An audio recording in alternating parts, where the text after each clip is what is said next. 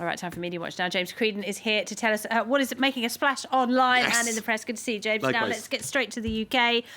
Election campaigning is coming to an end. Yes. Prime Minister Boris Johnson, let's start with him, because he ended up climbing into a fridge to get away from reporters. I'll tell you what happened, how I discovered this story today.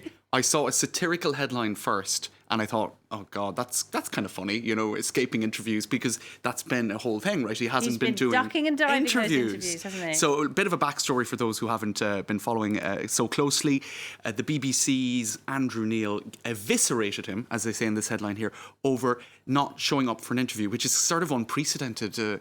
Sitting prime ministers or heads of parties generally will be interviewed by the BBC, and all he the didn't other want to do leaders it. had done it. Exactly. So Andrew Neil, gave him a pretty tough spiel here in this video. We won't play an extract, but he basically said, look, you're going to have to deal with President Xi of China. You're going to have to deal with Vladimir Putin. Surely you can deal with me. And so he gave him a quite willing. And so anyway, this morning, interviewers from Good Morning Britain, Piers Morgan and others, sort of ambushed him. And essentially, he disappeared into a fridge. Oh, sorry about the swear word.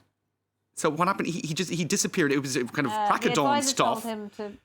That's right. To sort of just run away, basically. Yeah. So he literally climbed into a refrigerated truck. That's right.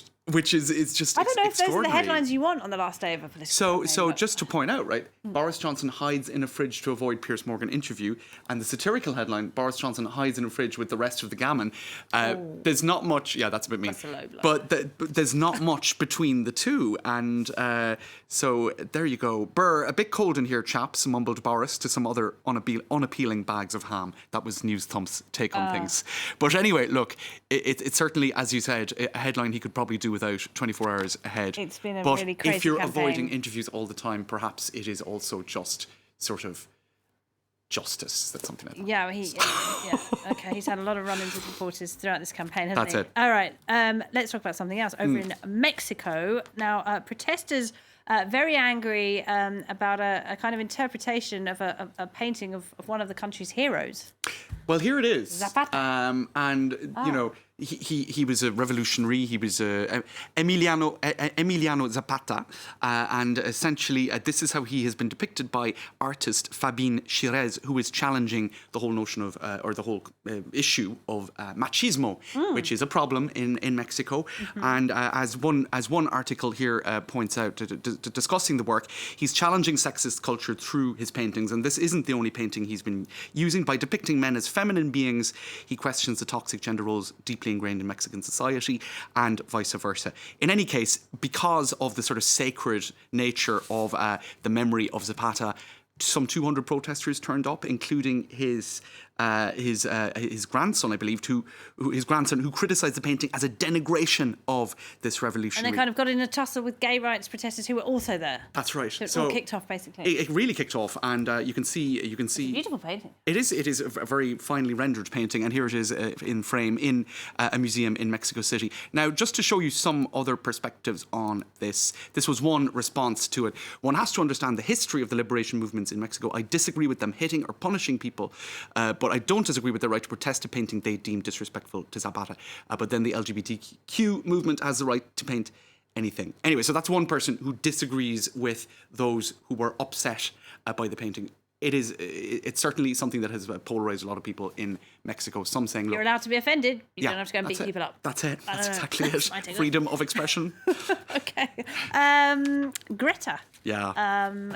Has made the cover of Time magazine, and she is the youngest person ever to be on the cover. Yes. You can almost hear Donald Trump getting very annoyed about that over in the US. Still not made it. Two polarising figures. Yes. In different ways. There she is. I mean, and she has been a person of the year, hasn't she? She's got the climate movement gone global, the school strikes and all the rest of it. Some people don't like it, though. It's hard to contest that she should be shortlisted. Obviously, then some people would feel that is she the right person to win? So I'll just show you a selection of tweets, people thinking it's great and other people thinking it's less than great. So congratulations to Greta Thunberg, who proved by skipping school, not actually accomplishing anything, and having a larger carbon footprint than most of the world, you can be recognised by a magazine looking to profit off climate change. So that would be a cynic, I suppose, or a realist. I don't know. And then this is probably a Swedish compatriot. This is so freaking cool, I can't even just wow, hashtag Greta the Great. So that would be the classic sort of, she's great and we support her and her enthusiasm. Some people have said, though, Hong Kong protesters might have been a better fit. Oh, I guess if you can't pick one individual, Wong, for the bravery of the Hong Kong protesters certainly, I think, would deserve to be lauded. This is another opinion then saying, is Greta going to protest time for all the trees it's going to have to chop down to make the paper to put her on the cover, right? Joe Biden doesn't think that way. He's saying Greta Thunberg's passion and courage have inspired millions, sparked a youth-led movement for change in every corner of the globe. This honour is well deserved, etc. I think the fact youth-led movement is something that probably is new, and it was I suppose the social media factor allows someone like her to be a leader where previously that would not have been possible. She's certainly the face of a global movement. Yes. And there she is. All right, congratulations to Greta. All right, now finally, if you are French and you were born on the 1st of January 1975, you're going to be pretty unhappy today. Right, because the announcement was made that all of this brouhaha about retirement reform or pension reforms, it won't apply to the people older than that, and it will apply to the generation from 75 on. So there's already a lot of frustration with baby boomers and what they have sort of, the differing lifestyles and whatnot. And this okay boomer thing, right? Yeah.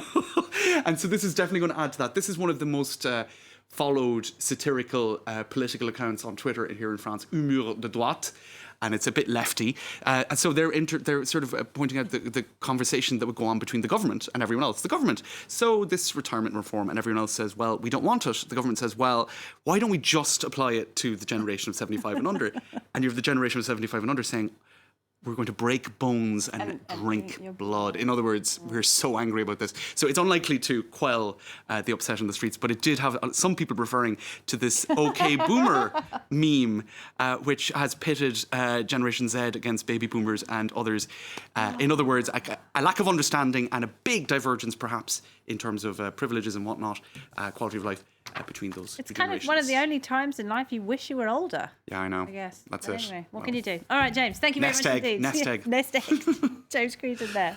He'll be walking home tonight. Now.